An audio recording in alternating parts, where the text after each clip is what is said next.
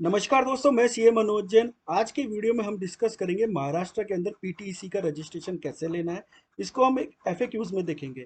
तो महाराष्ट्र एक्ट 1975 का सेक्शन 3 बोलता है कि पीटीसी का रजिस्ट्रेशन महाराष्ट्र में जो भी पर्सन है उस पर एप्लीकेबल होगा अगर वो प्रोफेशन, ट्रेड, कॉलिंग के बिजनेस में लगा हुआ है।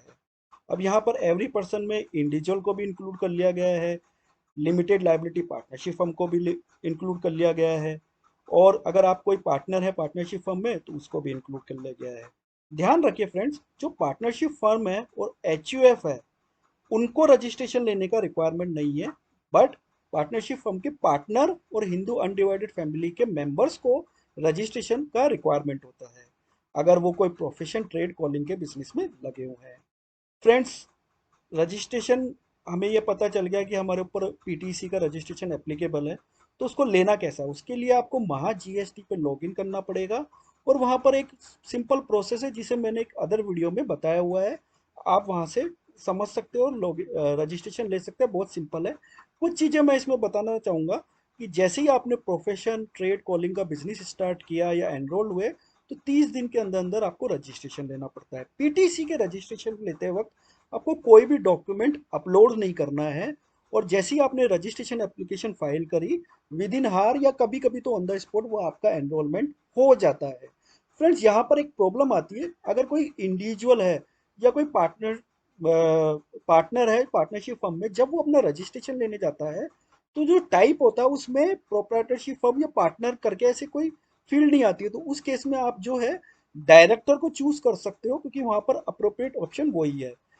फ्रेंड्स, ये हम समझ गए कि रजिस्ट्रेशन एंड एनरोलमेंट हो गया। उसके बाद क्या, उसके बाद में पीटीसी का अगर आपने रजिस्ट्रेशन लिया है फॉर एग्जांपल अप्रैल 2022 या मई 2022, सो आपको 30 जून तक 2500 रुपीज का पेमेंट करना है। बट अगर आपने अप्रैल और मई को छोड़ के जून से लेके मार्च तक का, मार्च के बीच में अगर आपने रजिस्ट्रेशन लिया है तो आपको 1 मंथ का पीरियड मिलता है इस 2500 को पे करने के लिए। अब सपोज करो आपने एनरोल कर लिया लेकिन आपने टैक्स का पेमेंट ही नहीं कराया, तो उस केस में क्या, तो उस केस में क्या है कि पेनल्टी लग सकती है आपके ऊपर। और ये पेनल्टी जो होगी 50%, आपका जो टैक्स अमाउंट है 2500 रुपीज, उसका 50% तक लग सकती है। हो सकता है कि इसके नीचे भी लग जाए, लेकिन जो मैक्सिमम मैक्सिमम पेनल्टी है 50% ऑफ 2500 रुपीज है। तो यहाँ पर आपको ध्यान रखना है, जैसे ही रजिस्ट्रेशन ले लेते हो तो ध्यान रखिए कि जून या अगर अप्रैल मई तक का पीरियड है, जून तक उसका पेमेंट करने का, और जैसे ही आप मई के बाद लेते हो तो 1 महीने का ग्रेस पीरियड आपको मिलेगा। अब सपोज करो पीटीसी का रजिस्ट्रेशन आपके ऊपर एप्लीकेबल था लेकिन आपने उसको लिया ही नहीं, तो इस केस में क्या होगा, तो इस केस में क्या होगा कि फ्रेंड सिंपल आपके ऊपर 1.25% का इंटरेस्ट लगेगा, जो आपका 2500 रुपीज है। और ये जो इंटरेस्ट लगेगा ये आपको 1 जुलाई से लगेगा। तो सपोज अप्रैल 2022 में मैं लाइबल हो गया था लेकिन मैंने रजिस्ट्रेशन नहीं लिया, अब मैं अप्रैल 2023 में उसको लेता हूँ, तो मेरे को क्या है कि 1 जुलाई 2022 से लेके मार्च 2023 तक का 1.25% इंटरेस्ट पे करना होगा, जो मेरा टैक्स अमाउंट है 2500 रुपीज। तो 2500 तो चुका नहीं है, उसके ऊपर मेरे को 1.25% ब्याज भी देना होगा।